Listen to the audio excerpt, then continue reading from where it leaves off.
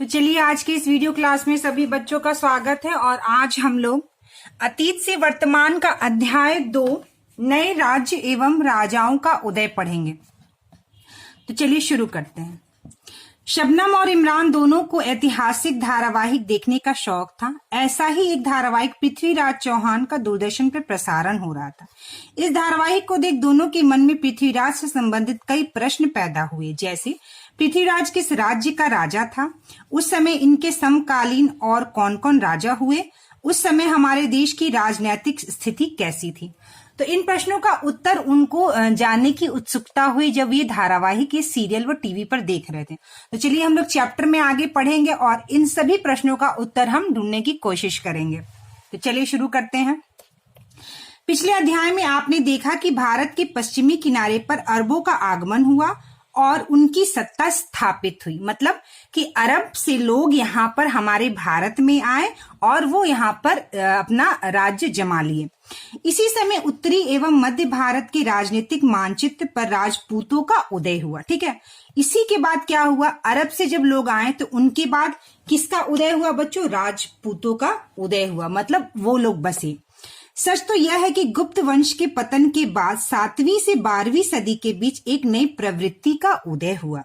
राजनीति के क्षेत्र में टूट की प्रक्रिया आरंभ हुई, जिसके परिणाम स्वरूप उत्तर और दक्षिण भारत में अनेक छोटे छोटे क्षेत्रीय राज्यों का उदय हुआ।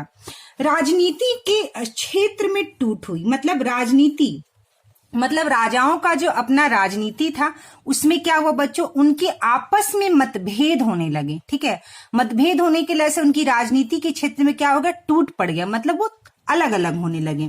और इसका परिणाम स्वरूप क्या हुआ कि बहुत छोटे छोटे क्षेत्रीय राज्यों का उदय हुआ, मतलब छोटे छोटे राज्यों का उदय हुआ। समय समय पर हर्ष जैसे शासकों ने एक बड़े भूभाग पर शासन का प्रयास किया। बड़े भूभाग मतलब जो हमारे धरती के बड़े भूभाग पे, ठीक है, ज्यादा से ज्यादा जमीन पर उन्होंने कब्जा या शासन किया, परंतु बाद के शासकों को उसमें आशातीत सफलता नहीं मिली। लेकिन बाद में उनको सफलता नहीं मिली। देखिए यहाँ पर दिया है बच्चों मानचित्र, ये 7वीं 12वीं शताब्दी के प्रमुख राज्य। तो इसमें दिखाया है जब 7वीं से 12वीं शताब्दी के बीच यानी 5 शताब्दी के बीच कौन कौन से प्रमुख राज्य हुए थे। देखिए उस समय भारत का मानचित्र किस प्रकार से था। इस किताब में जो नाम दिए गए हैं बच्चों, ये थोड़ा धुंधला है, जो दिखाई नहीं दे रहा है, लेकिन मैंने कोशिश किया कि कौन कौन से राज्य हैं इस शताब्दी में, मैंने यहाँ लिखा है। और आप लोग भी इसको कॉपी में जरूर लिख लीजिएगा कि उस समय कौन कौन से प्रमुख राज्य थे। जैसे देखिए यहाँ पर मैं दिखाती हूँ आपको, यहाँ पे नंबर 1 लिखा है मैं, ठीक है, क्या लिखा है 1, और यहाँ पे कुछ लिखा हुआ है जो धुंधला दिखाई नहीं दे रहा है, तो मैं आपको इसके माध्यम से बताऊंगी कि यहाँ क्या लिखा है। तो पहला जो है बच्चों वह गुर्जर परिहार है। क्या है? गुर्जर परिहार। उस समय ये राज्य था गुर्जर परिहार। देखिए यहाँ 2 लिखा है मैंने, और 2 नंबर पे कौन सा राज्य था? परमार। ठीक है, यहाँ पे देखिए 3 है, 3 यहाँ पर, 3 कन्नौज, 4 यहाँ पर है प्रयाग, 5वें स्थान पर यहाँ बनारस है, 6ठे स्थान पर देखिए चाहमान, यहाँ चाहमान है, 7वें पर यहाँ 7वां है इंद्रप्रस्थ। ठीक है, 8वें नंबर पे देखिए यहाँ पे लिखा हुआ है ये चंदेल लिखा हुआ है। 9वें नंबर पे देखिए 9 कहाँ गया आपका, 8, इसके बाद 9, ये देखिए यहाँ पर है सुल्तान के अरब। ठीक है, 9 क्या है बच्चों, यहाँ सुल्तान के अरब यहाँ पर है, और 10 जो है बच्चों मंसूर के अरब, यहाँ पर जो है ये 10 मंसूर के अरब। तो ये सुल्तान के अरब और ये 10 जो है बच्चों मंसूर के अरब है। ठीक है, 11 नंबर पे यहाँ देखिए राष्ट्रकूट, यहाँ पर राष्ट्रकूट राज्य है। 12 नंबर पे मान्य खेद, 13 नंबर पे चोल। ठीक है, और 14 नंबर पे देखिए यहाँ पे 14 नंबर पे जो लिखा है वो बच्चों चालुक्य लिखा है, और 15 नंबर पे देखिए यहाँ पे लिखा है बच्चों कलिंग, और 16 नंबर देखिए यहाँ पे 16 नंबर है, ये है पाल। ठीक है, तो ये कुछ राज्यों की जो है सूची है, जो 1 से लेकर 16 तक मैंने यहाँ पे नंबर जो दिए उसके जगह पे ये लिखा हुआ है। ठीक है, तो ये हमारे प्रमुख राज्य थे 7वीं से 12वीं शताब्दी के प्रमुख राज्य। तो उन राज्यों का ये मानचित्र है बच्चों, और मानचित्र के अंदर में जो जो संख्या लिखी हुई है, मतलब कहने का यहाँ पे 2 पे परमार है, मतलब यहाँ पर जो है बच्चों ये परमार है, ये कन्नौज है, और जिस तरह से संख्या दी है मैंने वहां पे राज्यों का नाम लिखा है, क्योंकि यहाँ धुंधला दिखाई दे रहा है और इतने छोटे छोटे हैं कि साफ साफ वीडियो में नहीं दिखाई देंगे, इसलिए मैंने इसको इस तरह से अलग से लिख दिया है। ठीक है, तो ये कुछ प्रमुख राज्य हो गए उस समय के शताब्दी के। अब चलिए हमारा नया नेक्स्ट टॉपिक है नए राजवंशों का उदय। पहले बात तो समझेंगे हम राजवंश किसे कहते हैं। जो राजाओं का वंश होता है बच्चों, या जो राजाओं का कुल होता है, उसे हम राजवंश कहते हैं। मतलब उस राजा की आने वाली आगे जो पीढ़ियां होती हैं उसके वंशज कहलाते हैं, तो उसी को हम क्या कहते हैं बच्चों, राजवंश। मानचित्र 1 में उपमहाद्वीप के विभिन्न हिस्सों से, उपमहाद्वीप जैसे हमारा जो ये भारत है, के विभिन्न हिस्सों में 7वीं से 12वीं शताब्दी के बीच शासन करने वाले प्रमुख राजवंशों को दिखाया गया है। ठीक है, तो इसमें जो शासन किए थे इस शताब्दी में बच्चों, 7वीं से 12वीं शताब्दी के, तो प्रमुख राजवंशों को दिखाया गया है। किसको दिखाया गया है बच्चों, प्रमुख राजवंशों को। आपको यह जानकर आश्चर्य होगा कि इनमें से कई राजवंश के राजाओं के अधीनस्थ कर्मचारी, सामंत, बड़े भूख स्वामी एवं योद्धा सरदार थे।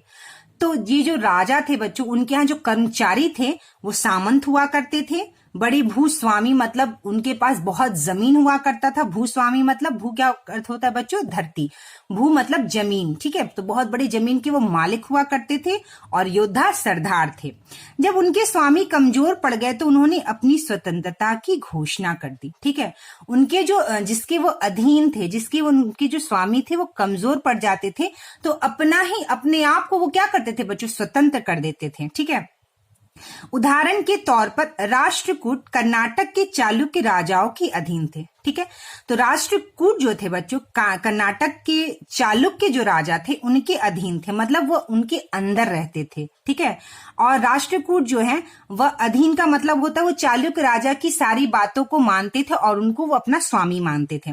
8वीं सदी के मध्य में एक राष्ट्रकूट प्रधान दंती दुर्ग ने अपने को शासक के रूप में स्थापित कर राष्ट्रकूट वंश की नींव डाली। ठीक है, किसकी नींव डाली बच्चों, राष्ट्रकूट वंश की नींव डाली। दक्षिणापथ के उत्तरी भाग में मान्यखेत उसकी राजधानी थी। इसे आप मानचित्र 1 में यहाँ देख सकते हैं। यहाँ पे मान्यखेत है। ठीक है, मैंने आपको दिखाया था अभी। इन्होंने अपने उसके बाद देख सकते हैं, मानचित्र में देख सकते हैं। कुछ अन्य शासक जैसे गुर्जर प्रतिहार संभवतः ब्राह्मण थे। इन्होंने अपने परंपरागत कार्य छोड़कर शास्त्र अपना लिया और मध्य भारत, राजस्थान एवं गुजरात, मध्य भारत कौन कौन सा है बच्चों, राजस्थान और गुजरात में एक स्वतंत्र राजवंश की स्थापना की। इस वंश का महत्वपूर्ण राजा नागभट्ट प्रथम था, जिसने अरबों से लोहा लिया। ग्वालियर प्रशस्ति में उसे मलेच्छों का नाशक बताया गया। किसे मलेच्छों का नाशक बताया गया बच्चों, राजा नागभट्ट को। प्रशस्ति का अर्थ होता है किसी के बारे में कुछ प्रशंसा किसी ग्रंथि में जब लिखी हुई होती है उसे प्रशस्ति कहते हैं। और मलेच्छों का अर्थ वो होता है जो हिंसा करते हैं या दूसरे जगत से आए रहते हैं और जो मतलब किसी की बात नहीं सुनते हैं, तो वैसे लोगों को उस समय मलेच्छो कहा जाता था। और इन मलेच्छों का नाशक किसने किया था, नागभट्ट ने किया था। ठीक है, तो इसमें हमने ये देखना है बच्चों, नए राजवंशों का जो उदय है हमें जो इसमें पढ़ना है, इसमें राष्ट्रकूट वंश, गुर्जर प्रतिहार वंश, उसके बाद देखिए यहाँ पर टॉपिक दिया है पाल वंश, फिर कश्मीर की रानी है एक।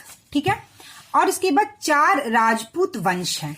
ठीक है, तो इन्होंने राष्ट्रकूट वंश के बारे में हमने पढ़ा कि राष्ट्रकूट वंश की इन्होंने स्थापना की। गुर्जर प्रतिहार जो थे वो क्या थे बच्चों, ब्राह्मण थे। और उन्होंने मध्य भारत, राजस्थान, गुजरात में एक स्वतंत्र राजवंश की स्थापना की थी। और उनके राजा कौन हुए थे बच्चों, नागभट्ट हुए थे। नागभट्ट की बच्चों कुछ उपलब्धियां हैं, और क्या क्या उपलब्धियां हैं देखिए। कई शासकों ने प्रशस्तियों में मतलब इनके बारे में लिखा हुआ जो पाया गया उसे प्रशस्ति कहते हैं। ठीक है, मैं अपनी उपलब्धियों का वर्णन किया है। ग्वालियर मध्य प्रदेश से मिली संस्कृत की एक प्रशस्ति में प्रतिहार नरेश नागभट्ट के कामों का वर्णन इस प्रकार किया गया। तो ग्वालियर में, मध्य प्रदेश में जो ग्वालियर है बच्चों, ग्वालियर में एक संस्कृत की किताब है या संस्कृत की प्रशस्ति है जिसमें प्रतिहार नागभट्ट यानी नागभट्ट के बारे में लिखा हुआ पाया गया है। हम ये जानते हैं बच्चों, जो भी हम इतिहास पढ़ते हैं कहीं ना कहीं उसके बारे में लिखा हुआ पाया गया है संस्कृत में, तो हम उसका उसी से जानकारी हमें प्राप्त होती है। आंध्र, सैंधव, सिंध, विदर्भ, महाराष्ट्र का एक हिस्सा को हम विदर्भ कहते हैं। कलिंग उड़ीसा का एक हिस्सा है बच्चों जिसे कलिंग कहा जाता है, कि राजा उनके आगे तभी धाराशाही हो गए जब वे राजकुमार थे। मतलब नागभट्ट राजा जो थे, गुर्जर प्रतिहार वंश के जो राजा थे नागभट्ट, वह उन सभी को क्या किए थे, धाराशाही मतलब उनको हरा दिए थे। कब? जब वह राजकुमार थे। ठीक है, जब वह राजकुमार थे तब उन्होंने हरा दिया था। उन्होंने कन्नौज के शासक चक्रयुध को विजित किया। तो कन्नौज के जो शासक थे, मतलब वहां के जो शासन करने वाले राजा थे चक्रयुध, उसको विजित किया। विजित किया मतलब जीत लिया। ठीक है, क्या किया बच्चों? विजित किया मतलब उसको जीत लिया। कन्नौज के जो राजा थे चक्रयुध शासक, उसको भी नागभट्ट ने क्या किया था? जीत लिया था। उन्होंने बंगाल का हिस्सा, अनल गुजरात का हिस्सा, मालवा मध्य प्रदेश का हिस्सा, फिरात वनवासी, तुरस्क तुर्क, वत्स मत्स्य दोनों उत्तर भारत के राज्य के राजाओं को पराजित किया। और ये बंगाल का हिस्सा, अनल, मालवा, फिरात, तुरस्क जितने भी जगह थे उन सभी को नागभट्ट राजा ने क्या किया था बच्चों? पराजित किया था, मतलब उन्हें हरा दिया था। ठीक है, कुछ उदाहरण ऐसे भी हैं जहां नए शासक उस क्षेत्र के महत्वपूर्ण व्यक्तियों द्वारा चुने गए थे। ठीक है, तो कुछ नए शासक, मतलब शासक कौन होता है बच्चों? जो शासन करता है। जैसे राजा एक शासक होता है। ठीक है, जो राजा जिस राज्य पे शासन करता है उसे शासक कहते हैं। उस क्षेत्र के महत्वपूर्ण व्यक्तियों द्वारा चुने गए थे। तो मतलब कुछ राजा जो थे बच्चों, कुछ महत्वपूर्ण व्यक्तियों द्वारा भी चुने जाते थे। बिहार एवं बंगाल के प्रथम पाल शासक गोपाल का चयन ऐसे ही हुआ था। ठीक है, तो बिहार और बंगाल के जो प्रथम पाल शासक थे वो कौन थे बच्चों? गोपाल थे। और उनको क्या किया था? किसने चुना था बच्चों? महत्वपूर्ण व्यक्तियों ने चुना था। तिब्बती इतिहासकार लामा तारनाथ भी इसकी पुष्टि करते हैं। मतलब ये जो इतिहासकार हैं बच्चों लामा तारनाथ, इन्होंने ही इस बात की पुष्टि की कि गोपाल को बंगाल के व्यक्तियों ने चुना था। खलीमपुर ताम्रपत्र से भी ज्ञात होता है कि अराजकता से तंग आकर बंगाल की प्रजा ने स्वयं गोपाल को अपना राजा चुना। इसी के वंशज आगे पाल वंश के नाम से प्रसिद्ध हुए। अराजकता का अर्थ होता है बच्चों कि वहां पर कोई शासक, मतलब बंगाल में कोई शासक नहीं था, कोई राजा नहीं था, और वहां की जो विधि व्यवस्था थी वो बिल्कुल भी खराब हो गई थी। ठीक है, और लोग जो है विरोधी जो वहां की व्यवस्था थी वो विरोधी हो गई थी। तो वहां का जो नियम था, वो जो वहां का किसी भी प्रकार का कोई भी नियंत्रण नहीं था। ठीक है, नियम पे कोई भी किसी प्रकार का नियम नहीं था, तो इसे हम अराजकता कहते हैं। ठीक है, तो वहां पे अराजकता से तंग आकर बंगाल की प्रजा, माने बंगाल के लोग, प्रजा मतलब वहां के लोगों ने गोपाल को क्या किया था बच्चों? अपना राजा खुद चुन लिया था। और उन्हीं के वंशज जो है बच्चों आगे चल के क्या कहलाते थे? पाल वंश के नाम से प्रसिद्ध हुए थे। कुछ उदाहरण महिला शासकों का भी है। महिला शासक मतलब वहां का जो राजा, मतलब रानी जो है, वहां राजा ना होकर वहां रानी थी, और वो शासक जो थे वो महिला थी। वहां के शासन करने वाला कौन था? महिला थी। तो महिला का जो सबसे पहला नाम आता है कश्मीर की रानी का है, जो विद्या, बड़ी बहन के नाम से लोकप्रिय थी। ठीक है, विद्या। ठीक है, जो बड़ी बहन के नाम से लोकप्रिय थी। वह मंत्रियों और सेना की मदद से रानी बनी। ऊपर वर्णित दृष्टांतों से हम समझ सकते हैं कि किसी शासकीय परिवार से संबंधित हो। अधीनस्थ कर्मचारी कुछ स्थितियों में शासक भी बन सकते थे। अधीनस्थ कर्मचारी मतलब बच्चों राजा के अंदर जो उनके कर्मचारी काम करते थे, उनके अंदर उन्हें अधीनस्थ कर्मचारी कहते हैं, जो राजा के अंदर काम करते थे, तो वह भी कभी कभी शासक बन सकते थे। अन्य लोग मंत्रियों, सैनिकों और महत्वपूर्ण लोगों के समर्थक से शासक बने। ठीक है, तो वह शासक कैसे बने बच्चों? वहां की राजा के जो मंत्री होते थे और राजाओं के जो सैनिक होते थे और उनके शासक के जो महत्वपूर्ण लोग होते थे, वह लोग मिलकर जो है इन्हें शासक बनाते थे। इस काल के इतिहास में 4 राजपूत वंश सबसे अधिक प्रसिद्ध है। ठीक है। और इसी 7वीं शताब्दी से लेकर 12वीं शताब्दी तक बच्चों राजपूत वंश भी प्रसिद्ध है। 4 राजपूत वंश हुए। पहला वे प्रतिहार, पहला जिसे हम परिहार कहते हैं, दूसरा चौहान या चहमान, सोलंकी या चालुक्य और परमार थे। कई सामंतों ने भी स्वतंत्र राजवंश की स्थापना की। अब सामंत शब्द बार बार इसमें आ रहा है, तो हम ये जानेंगे कि सामंत किसे कहते हैं। ठीक है, तो सबसे पहले देखिए यहाँ पे इस तरह से आप नोट्स बनाएंगे इतने इतिहास का, क्योंकि कुछ चीजें जो है बच्चों इतिहास का हमें याद करना पड़ता है, समझ के उसको बार बार रिवाइज करना पड़ता है। ठीक है, तो जैसे नए राजवंशों का उदय 7वीं से 12वीं शताब्दी, तो जैसे पहला जो इसमें हमें कक्षा 7 में जो जानना है, पढ़ना है, राष्ट्रकूट वंश पहला 8वीं शताब्दी के मध्य में राष्ट्रकूट वंश का अपना स्वतंत्र शासन स्थापित किया। इसके पूर्व राष्ट्रकूट कर्नाटक के चालुक्य राजाओं के अधीन थे। स्वतंत्र मतलब अपना खुद से वो स्थापित किए, किसी के द्वारा नहीं स्थापित किए, अपना खुद से स्थापित किए। कौन सा वंश? राष्ट्रकूट वंश। ठीक है, लेकिन पहले राष्ट्रकूट जो थे वो कर्नाटक के चालुक्य राजाओं के अधीन थे, मतलब उनके अंदर थे। दूसरा कौन सा है राजवंश? गुर्जर प्रतिहार। इन्होंने मध्य भारत में स्वतंत्र राजवंश की स्थापना की। इस वंश का प्रथम राजा नागभट्ट था, जो हमने अभी पढ़ा। ठीक है, पाल वंश। अराजकता से तंग आकर बंगाल की प्रजा ने स्वयं गोपाल को अपना राजा चुना। इसी के वंशज आगे चलकर पाल वंश के नाम से प्रसिद्ध हुए। महिला शासक। विद बड़ी बहन के नाम से लोकप्रिय कश्मीर की रानी है, वह मंत्री और सेना की मदद से रानी बनी। ठीक है, 5वां है 4 राजपूत वंश। इसी काल में 4 राजपूत वंश जो सबसे प्रसिद्ध थे, सबसे अधिक प्रसिद्ध है। कौन कौन से? पहला प्रतिहार या परिहार, दूसरा चौहान या चहमान, तीसरा सोलंकी या चालुक, चौथा परमार। अब हम जानेंगे सामंत किसे कहते हैं। ठीक है, तो सामंत, कई सामंतों ने भी एक स्वतंत्र राजवंश की स्थापना की। ठीक है, कई सामंतों ने भी स्वतंत्र राजवंश की स्थापना की। अब जो हम सामंत शब्द बार बार पढ़ रहे हैं, इससे हम जानेंगे सामंत किसे कहते हैं।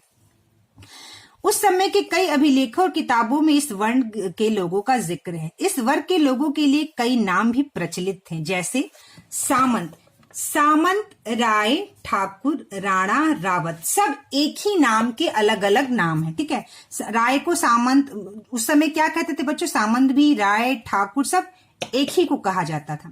आपको याद होगा कि पहले के समय के राजा युद्ध में जब किसी राजा को हराते थे तो उसके राज्य को अपने राज्य में मिला लेते थे। मतलब अगर कोई राजा दूसरे राज्य को हरा देता था तो उसका राज्य क्या करता था बच्चों? अपने राज्य में उसको मिला देता था। लेकिन आपको यह जानकर आश्चर्य होगा कि 400 ईस्वी से 1000 ईस्वी के बीच के समय में युद्ध में हारे हुए राजाओं को आमतौर पर अपने राज्य वापस मिल जाते थे। तो ये कब की बात है बच्चों? 400 ईस्वी से लेकर 1000 ईस्वी में जब कोई राजा दूसरे राजा से हार जाता था अपना राज्य, तो बाद में उसका राज्य उसे दे दिया जाता था। लेकिन उसके लिए बच्चों क्या होता था? कोई शर्त होती थी, कुछ शर्तें होती थी। जैसे बदले में उन्हें कुछ शर्तें माननी पड़ती थी। पराजित राजा को यह स्वीकार करना पड़ता था कि विजयी राजा उसका स्वामी है और वह विजयी राजा के चरणों में रहने वाला सेवक। मतलब जो राजा हारता था और अपना राज्य वो वापस लेता था, तो जो राजा उसको जीता था उसको वो अपना स्वामी मानता था, और जो हारा हुआ राजा था वो अपना उसको सेवक, मतलब सेवा करने वाला, उसको अपने स्वामी का सेवा करने वाला सेवक उसको मानना पड़ता था। विजयी राजा अधिपति कहलाता था। विजयी राजा क्या कहलाता था बच्चों? अधिपति कहलाता था। पराजित राजा उसका सामंत कहलाता था। अब आपको बात समझ में आई कि सामंत किसे कहा जाता है? वह राजा जो दूसरे राजा से अपना राज्य हार जाता है और अपने हारे हुए राज्य को वह शर्तों पर वापस लेता है कि वह उसका सेवक है और जो राजा जीत गया उसका स्वामी है, तो वह सामंत कहलाता था। यह दिखाने के लिए वह किस राजा का सामंत है, पराजित राजा को अपने नाम के आगे यह बात लिखनी पड़ती थी। इसका एक उदाहरण पढ़िए। मतलब जो राजा बच्चों हार जाता था, वो जो राजा जीता था उसके नाम को अपने नाम के साथ जो है लगाना पड़ता था। ठीक है, जैसे परम भट्टारक परमेश्वर महाराजा धीराज श्री भोजदेव के चरणों में रहने वाले महासामंत महाराजा धीराज श्री क्षितिपाल का शासन था। ये लिखा हुआ है। मतलब जो सामंत थे क्षितिपाल जो सामंत थे वो किस राजा के अधीन थे? परम भट्टारक परमेश्वर महाराजाधिराज श्री भोजदेव, ठीक है, भोजदेव के चरणों में। ठीक है, तो आपने क्या पाया? हमने पाया कि भोजदेव और क्षितिपाल दोनों के नाम के साथ उपाधियां लगी हैं। दोनों के नाम के साथ क्या लगा है बच्चों? उपाधि लगा है। भोजदेव के साथ क्या उपाधि है? देखिए 3 शब्द की उपाधि है, परम भट्टारक परमेश्वर महाराजाधिराज। भोजदेव के साथ 1 2 3 शब्द की उपाधि है, इसे ही उपाधि कहते हैं। ठीक है, और क्षितिपाल के साथ देखिए बच्चों, जो क्षितिपाल जो थे इनके साथ जो उपाधि लगी है वो 2 शब्द है। ठीक है, तो देखिए पर सामंत की उपाधि राजा की उपाधि से छोटी है। ठीक है, तो जो सामंत की उपाधि है वो 2 शब्दों की है और राजा की जो उपाधि है वो 3 शब्द की यहाँ पे दी हुई है, उससे क्या है बच्चों? छोटी है। तो पता चलता है कि राजा अधिक शक्तिशाली माना जाता था। सामंत बनने पर हारे हुए राजा को और भी कई शर्तें माननी पड़ती थी। उसे अधिपति के दरबार में समय समय पर मूल्यवान भेंट भेजनी पड़ती थी। मौके पर उसे खुद अधिपति राज्य के दरबार में हाजिर होना पड़ता था। आवश्यकता पड़ने पर सामंत को अधिपति राजा की मदद के लिए अपनी सेना भी भेजनी पड़ती थी। ठीक है, इस समय जितने भी छोटे बड़े राजा थे वे सामंत बनाने की नीति ही अपनाते थे। तो क्या करते थे बच्चों? उनको क्या करना पड़ता था? मूल्यवान भेंट, मतलब जो राजा हारते थे और जो सामंत थे उन्हें मूल्यवान भेंट देनी पड़ती थी। उन्हें जब राजा बुलाता था तो हाजिर होना पड़ता था। और उसके बाद क्या है कि जब भी अधिपति मतलब राजा को मदद चाहिए होता था तो उनकी मदद के लिए अपनी सेना को उनको भेजना पड़ता था। किसे? जो हार जाते थे, जिन्हें हम सामंत कहते हैं। ठीक है, भूमि के स्वामित्व और उससे संबंध से की कुछ शर्तों पर आधारित व्यवस्था को सामंतवादी व्यवस्था कहते हैं। तो इसी व्यवस्था को क्या कहते हैं बच्चों? सामंतवादी व्यवस्था। भूमि की स्वामित्व और उससे संबंधित सेवा। ठीक है, तो ये भूमि जो राज्य हम हारते थे वो भूमि को ही हारते थे, तो उससे संबंधित जो शर्त रखते थे बच्चों कि आपको इस शर्त को मानना पड़ेगा, इसे ही हम क्या कहते हैं? सामंतवादी व्यवस्था कहते हैं। ठीक है, अब चलिए आगे हमारा नेक्स्ट पॉइंट है राज्यों में प्रशासन। ठीक है, राज्यों में प्रशासन। राजा प्रशासन का केंद्र बिंदु अर्थात सर्वशक्तिमान होता था। तो राजा जो था बच्चों केंद्र बिंदु, मतलब सब कुछ जो था वह राजा पर ही निर्भर था, वही वहां का शासन पे राज करता था। जैसा कि उनकी बड़ी बड़ी उपाधियां, राजा की बड़ी बड़ी क्या क्या उपाधियां हैं देखिए। महाराजाधिराज राजाओं के राजा, ठीक है, ये उपाधि था किसके लिए? राजाओं के लिए। परम भट्टारक परमेश्वर त्रिभुवन चक्रवर्तीन 3 भुवनों का स्वामी आदि से बोध होता है। ठीक है, तो राजा के साथ ये शब्द जो है उपाधियों में लगाए जाते थे उनका मान और सम्मान बढ़ाने के लिए। अभिलेखों तथा तत्कालीन साहित्य में, मतलब जो भी लेख लिखे हुए, अभिलेखों मतलब जो लिखे हुए लेख पहले के तामपत्रों में या किसी भी चीज पे लिखे हुए जो अभिलेख होते हैं बच्चों, साहित्य होते हैं, केंद्र शासन से संबंध अनेक पदाधिकारियों का उल्लेख है, जैसे संधि विग्रहिक। संधि विग्रहिक मतलब विदेशी विभाग का प्रधान। ठीक है, तो जो उसमें राजा के अधीन मतलब राजा के अंदर जो लोग काम करते थे उन्हें क्या कहते थे? कर्मचारी। जो लोग काम करते थे वो क्या क्या नाम थे उनके? देखिए, संधि विग्रहिक विदेशी विभाग का प्रधान। ठीक है, जो मतलब विदेश से जो काम होता था उसका जो प्रधान होता था उसे क्या कहते थे? संधि विग्रहिक। अक्षपटालिका आर्थिक या राजस्व मंत्री, उनका आर्थिक मतलब पैसों रुपयों से जो, और ये लोग टैक्स का जो उनके जो प्रधान होते थे उन्हें क्या करते थे? अक्षपटालिका। भंडागारिक, ठीक है, भंडागारिक राजकीय भंडार का अधिकारी। महादंडनायक पुलिस विभाग का प्रधान आदि। तो ये सब क्या है बच्चों? कर्मचारी थे जो राजा के अंदर काम करते थे। सर्वशक्तिमान होने के बावजूद राजा अपने सामंतों के साथ साथ ब्राह्मणों, किसान तथा व्यापारी संगठन के साथ सत्ता की साझेदारी करते थे। ठीक है, तो ये लोग सर्वशक्तिमान होने के बाद जो ब्राह्मण थे बच्चों, जो किसान थे, व्यापारी थे, उनके संगठन के साथ भी जो है राजा जो है वो साझेदारी मतलब मिलजुल के साझेदारी करते थे। प्राय राज्यों में उत्पादकों का एक वर्ग था जिसमें किसान, पशुपालक एवं कारीगर आते थे। राज्य की आय के अनेक स्रोत थे। आय मतलब उनकी कमाई। ठीक है, किंतु मूल स्रोत राजस्व ही था। राजस्व मतलब कर जो कहते हैं बच्चों, जो टैक्स हम कहते हैं, ठीक है ना, उसे हम राजस्व कहते हैं, टैक्स। जिसे राजयोग या उपरिकर कहा जाता था। ठीक, राजस्व को क्या कहा जाता था? राजयोग या उपरिकर। अब देखिए टैक्स राजस्व जो था वो क्या था? सभी उत्पादकों से अपने उत्पाद का एक हिस्सा लगान मानकर वसूला जाता था। इसे ही क्या कहते हैं बच्चों? राजस्व। ठीक है, जो उत्पाद वो करते थे, जिस चीज का भी वो उत्पाद करते थे, उसका एक हिस्सा जो है वो राजा को देना पड़ता था। इसे ही राजस्व कहते हैं। व्यापार तथा उद्योग कर भी आय का एक महत्वपूर्ण स्रोत था। व्यापार करना और उद्योग जो था वह आय का महत्वपूर्ण स्रोत था। किसानों को अपनी उपज का 1/6 तथा 1/3 के बीच भू राजस्व देना होता था। तो यहाँ पे ये दिखाया गया कि राजा किस किस तरह से अपना आय करता था। किससे? व्यापार से, उद्योग से, किसानों से 1/6 1/3 का जो भू राजस्व जो होता उसका लेता था, और जो है टैक्स लेता था, राजस्व लेता था। एक हिस्सा उत्पाद का उनको एक हिस्सा जो है राजा को देना पड़ता था। ठीक है, ये तो सभी स्रोत थे राजा के, किस तरह से उनको हिस्सा देना पड़ता था। का एक बहुत बड़ा हिस्सा मंदिरों को, तो जो राजा, अब देखिए यहाँ पे बात आती है उपयुक्त स्रोतों से प्राप्त आय। तो मतलब जो राजा को जो आय आती थी बच्चों, मतलब जो राजा की जो कमाई थी, जिस प्रकार से राजा कमाते थे, उसका एक बहुत बड़ा हिस्सा मंदिरों और किलों के निर्माण में लगाए जाते थे। तो राजा जो भी कमाते थे उसका एक हिस्सा है बच्चों, बहुत एक हिस्सा नहीं, उसका बहुत बड़ा हिस्सा किसके लिए काम आता था? मंदिर के लिए और किलों का जो निर्माण होता था उसके लिए। इन संस्थानों का उपयोग युद्धों में भी होता था, और इन सब इससे जो पैसा आता था उसका उपयोग कहाँ होता था? जब युद्ध होता था तो उसमें भी होता था। अब देखिए यहाँ पे नोट्स के तौर पे आप यहाँ पे इस तरह से नोट्स लिखेंगे। राजा की उपाधियां, तो राजा को किस किस उपाधि के नाम से बुलाते थे? महाराजा धीराज, राजाओं के राजा को क्या कहते हैं? महाराजा धीराज। परम भट्टारक, परमेश्वर को हम भगवान भी कहते हैं। त्रिभुवन चक्रवर्ती, मतलब तीनों भुवनों के स्वामी।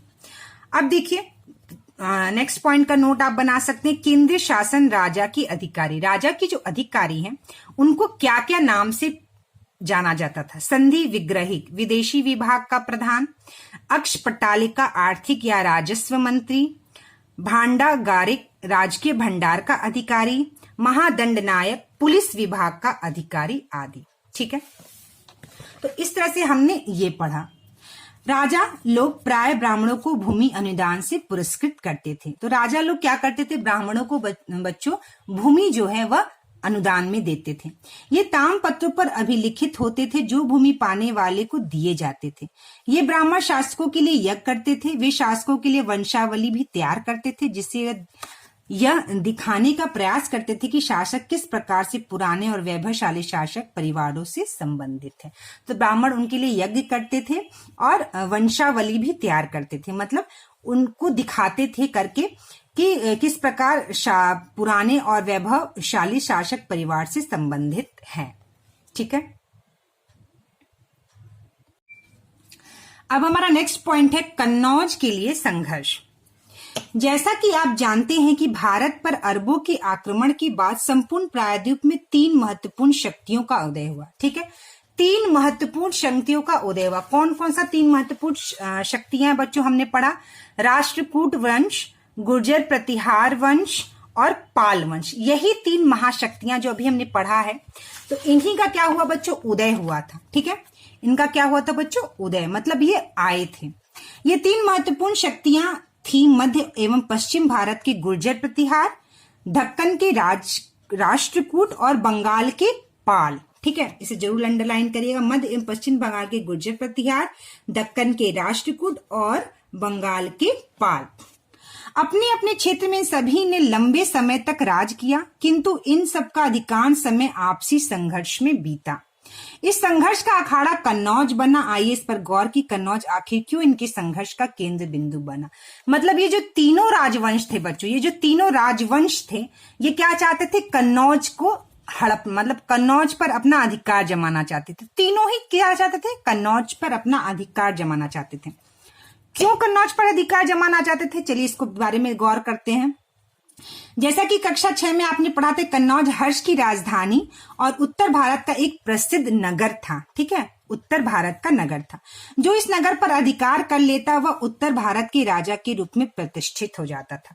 ठीक है, तो मतलब जो इस उत्तर भारत पे मतलब अपना अधिकार जमा लेता था बच्चों, उसे क्या माना जाता था, उस उत्तर भारत का क्या माना जाता था, राजा के रूप में प्रतिष्ठित। मतलब बहुत उसको प्रतिष्ठा मिलती थी, बहुत उसको सम्मान मिलता था कि वह वहां का राजा है।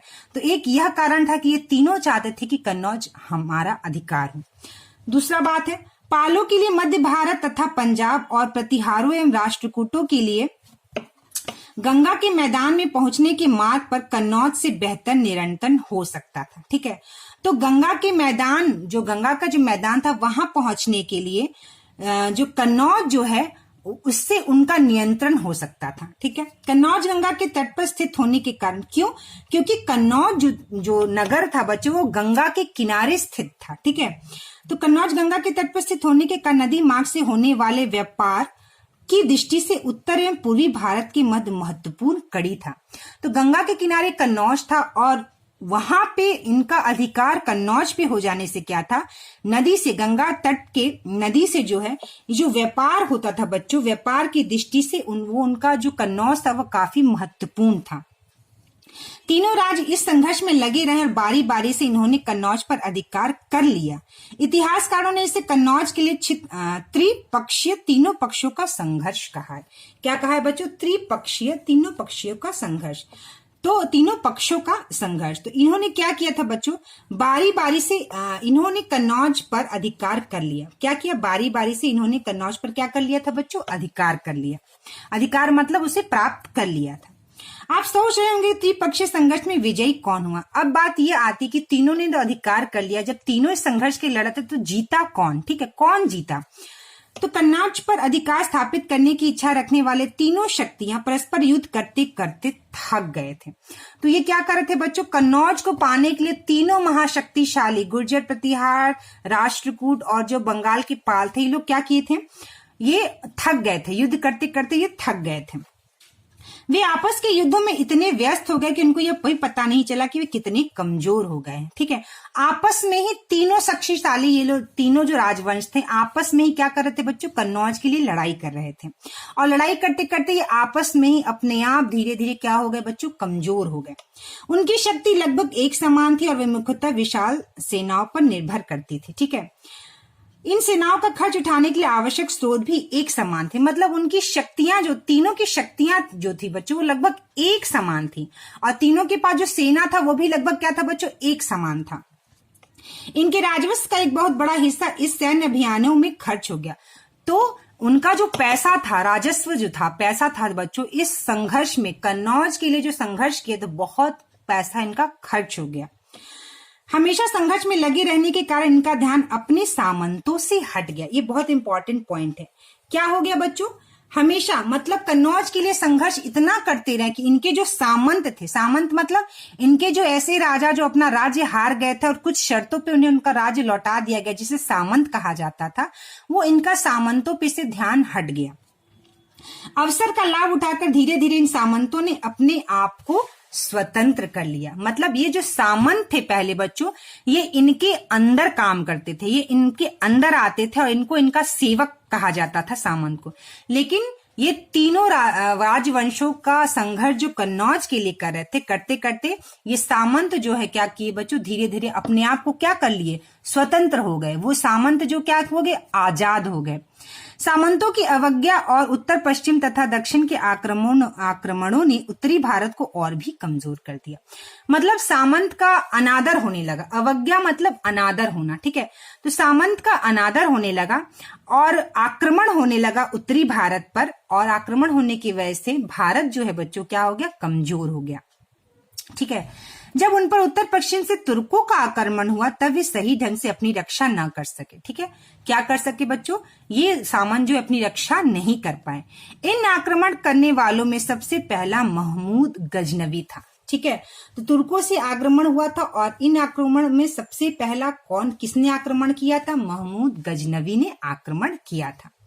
इससे पहले कि हम आक्रमणों का अध्ययन करें, इस विषय में जानना आवश्यक है कि उस समय भारत की राजनीतिक और सामाजिक स्थिति क्या थी। तो अब हम थोड़ा सा जानकारी पाएंगे कि राजनीति, जो राजाओं का जो राजनीति था, और जो सामाजिक मतलब उनका समाज में क्या स्थिति था, इस पर हम लोग ध्यान से पढ़ेंगे। इससे पहले कि उस समय संपूर्ण प्रायद्वीप अनेक छोटे छोटे राज्यों में बटा था। कितने राज्यों में बच्चों? बहुत सारे छोटे छोटे राज्यों में बटा था। इनके आपसी संबंध अच्छे नहीं थे। उत्तरी भारत में हिंदूशाही, कन्नौज, कलिंजर, गुजरात, बुंदेलखंड, मालवा, बंगाल, कश्मीर इत्यादि कुछ प्रमुख राज्य थे। कौन कौन से उत्तरी भारत में कौन कौन से राज्य थे बच्चों? देखिए, पूरे राज्य जो थे ये सारे उत्तरी भारत के राज्य थे। ठीक है, इनमें कोई भी राज्य इतना शक्तिशाली नहीं था जो इन्हें एक रखकर योग्य नेतृत्व प्रदान कर सके। राजनीतिक एकता के अभाव में सामंतीकरण की प्रक्रिया भी जारी रही। सामंतीकरण मतलब जो सामंत बनाना, जैसे सामंत के बारे में जो हमने बताया बच्चों, सामंत किसे कहते थे, तो इसी को सामंत बनते गए और सामंत बनने की प्रक्रिया चालू रही, इसे हम सामंतीकरण कहते हैं। ठीक है, एक केंद्र राज्य के अंतर्गत अनेक छोटे बड़े सामंतों का अस्तित्व था। ये सामंत अपनी क्षेत्रीय चेतना तथा सैनिक शक्ति द्वारा केंद्र सत्ता को कमजोर करने का अवसर तलाशते रहते थे। यद्यपि राजपूत उस समय उत्तर भारत की महत्वपूर्ण राजनीतिक शक्ति थे, तो राजपूत जो थे क्या बच्चों थे? उत्तर भारत की महत्वपूर्ण राजनीतिक शक्ति थे, पर उनकी कुछ अपनी कमजोरियां थी। राजपूतों में युद्ध का गौरवपूर्ण रूप प्रदान करना किया गया था। प्राय शासक अपने सम्मान की रक्षा के लिए आपस में ही युद्ध करने के लिए तत्पर रहते थे। तो राजपूत की सबसे बड़ी कमी थी कि अपने आप को, अपनी सम्मान की रक्षा करने के लिए क्या करते थे बच्चों? हमेशा युद्ध के लिए तत्पर, हमेशा तैयार रहते थे। ठीक है, इन राज्यों में बाहरी आक्रमणकारियों का मिलकर सामना करने की भावना नहीं के बराबर थी। मतलब राजपूत जो थे अपने मान सम्मान के लिए आपस में ही लड़ते थे। ठीक है, और जो बाहर से आक्रमणकारी थे उनसे मिलकर सामना करना वो नहीं करते थे, मतलब न के बराबर था। इसके अतिरिक्त दो मुस्लिम राज्य भी थे, मुल्तान का राज्य जिसमें शियाओं का प्रभुत्व था, और मंसूरा का राज्य जिसमें अरब वंशी शासक थे। तो हमने देखे मानचित्र में भी पढ़ा था, मुल्तान का राज्य और मंसूर का राज्य, ठीक है, अरब वंशी थे और इसमें शियाओं का प्रमुख था। चलिए आगे देखते हैं। तुर्क आगमन के समय भारत की सामाजिक दशा भी बहुत अच्छी नहीं थी। जब तुर्क लोग आए थे, आगमन मतलब आए थे, तो भारत की जो सामाजिक स्थिति थी वो बच्चों अच्छी नहीं थी। तत्कालीन समाज में शासक वर्ग, सैनिक एवं आम जनता में तालमेल का अभाव था। मतलब शासक वर्ग मतलब जो शासन करता था, और जो उनके सैनिक थे और जो जनता थी, उनके बीच में जो तालमेल था, मतलब जो व्यवहार था वो ठीक नहीं था। राजा और जनता के बीच दूरी काफी अधिक थी। तो राजा और जनता के बीच क्या था बच्चों? बहुत दूरी था। प्रशासन तथा सेना के कुछ पदों पर ब्राह्मणों तथा राजपूतों की अधिकांश नियुक्तियां वंशानुगत होती गईं। तो क्या हो गया बच्चों? राजा के और जनता के बीच में काफी दूरी था। इसकी वजह से क्या हुआ? ब्राह्मण तथा राजपूतों की अधिकांश नियुक्तियां वंशानुगत होती गई।